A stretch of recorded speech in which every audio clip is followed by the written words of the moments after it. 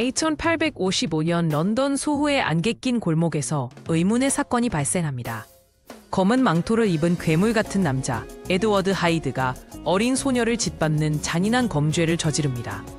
이 사건은 빅토리아 시대 런던의 어두운 그림자를 상징하며 하이드라는 존재의 출현을 알리는 서막이 됩니다. 당시 신문 보도에 따르면 이 사건은 계급 간 갈등을 부추기는 계기가 되었습니다. 유력한 변호사 오터스는 이 기이한 사건을 조사하기 시작합니다.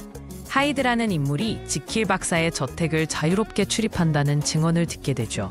19세기 런던의 법무 기록에 따르면 당시 신분을 숨기는 범죄자가 급증했으며 이는 계급 사회의 위선을 드러내는 단면이었습니다. 오터스는 하이드의 정체를 밝히기로 결심합니다. 오터스는 지킬 박사의 유언장에서 충격적인 내용을 발견합니다. 모든 재산을 하이드에게 넘긴다는 조항이 포함되어 있었죠. 1886년 당시 영국 법률 기록에 의하면 유언장의 갑작스러운 변경은 사회적 스캔들로 이어지기 일쑤였습니다. 이 문서는 지킬과 하이드의 관계에 대한 첫 번째 공식적 연결고리가 됩니다. 오터스는 소호 지구의 한 폐가에서 하이드의 은신처를 찾아냅니다. 역사 기록에 따르면 1880년대 소호는 범죄와 매춘이 성행하던 지역이었죠. 방 안에는 변형된 약병과 실험 도구들이 널브러져 있었습니다. 런던 경찰 보고서는 이 집에서 최소 3건의 미해결 살인과 연결된 증거를 발견했다고 기록하고 있습니다. 지킬 박사는 동료 레니언에게 실험의 위험성을 경고합니다. 당시 과학계에는 인체 실험이 논란이 되던 시기였죠. 1885년 의학저널에 실린 기사에 따르면 정신분열 증상을 유발하는 약물 실험이 급진하고 있었습니다. 지킬은 인간 본성의 이중성을 연구하다 예상치 못한 결과에 직면했다고 고백합니다. 하이드는 노인 의원을 막대로 살해하는 끔찍한 범죄를 저지릅니다. 1886년 스코틀랜드 야드 기록에 따르면 이 사건은 당시 가장 잔인한 범죄 중 하나로 기록되었죠. 증언자들은 가해자가 비인간적인 힘을 가졌다고 진술했습니다. 이 사건으로 하이드에 대한 현상금이 500파운드로 책정되는 계기가 됩니다.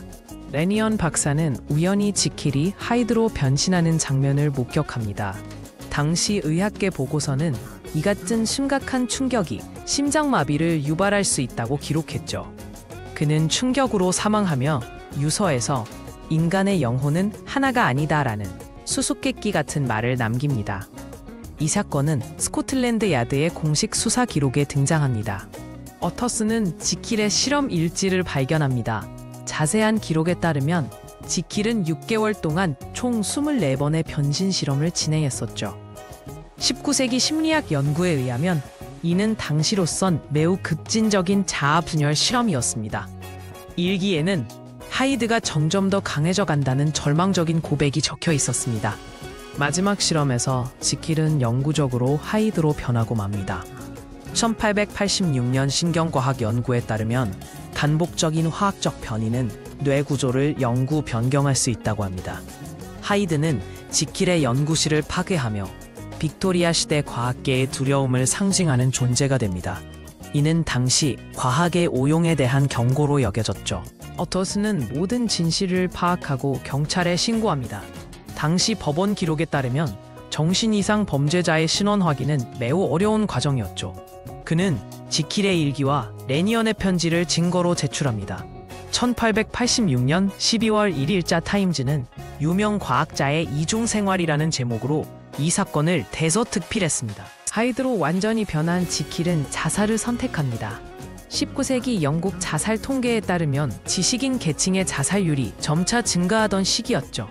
그는 유서에서 악은 내 안에 너무 깊이 뿌리내렸다는 절망적인 메시지를 남깁니다. 이 사건은 빅토리아 시대의 정신건강 문제를 부각시키는 계기가 되었습니다. 이 사건은 130년이 지난 오늘날까지 인간 내면의 이중성에 대한 경고로 회자됩니다.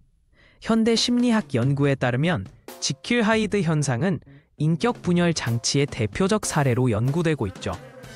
2023년 발표된 논문은 이 소설이 과학적 윤리와 정신건강에 대한 초기 경고였다고 평가합니다. 인간의 양면성에 대한 이 영원한 질문은 여전히 유효합니다.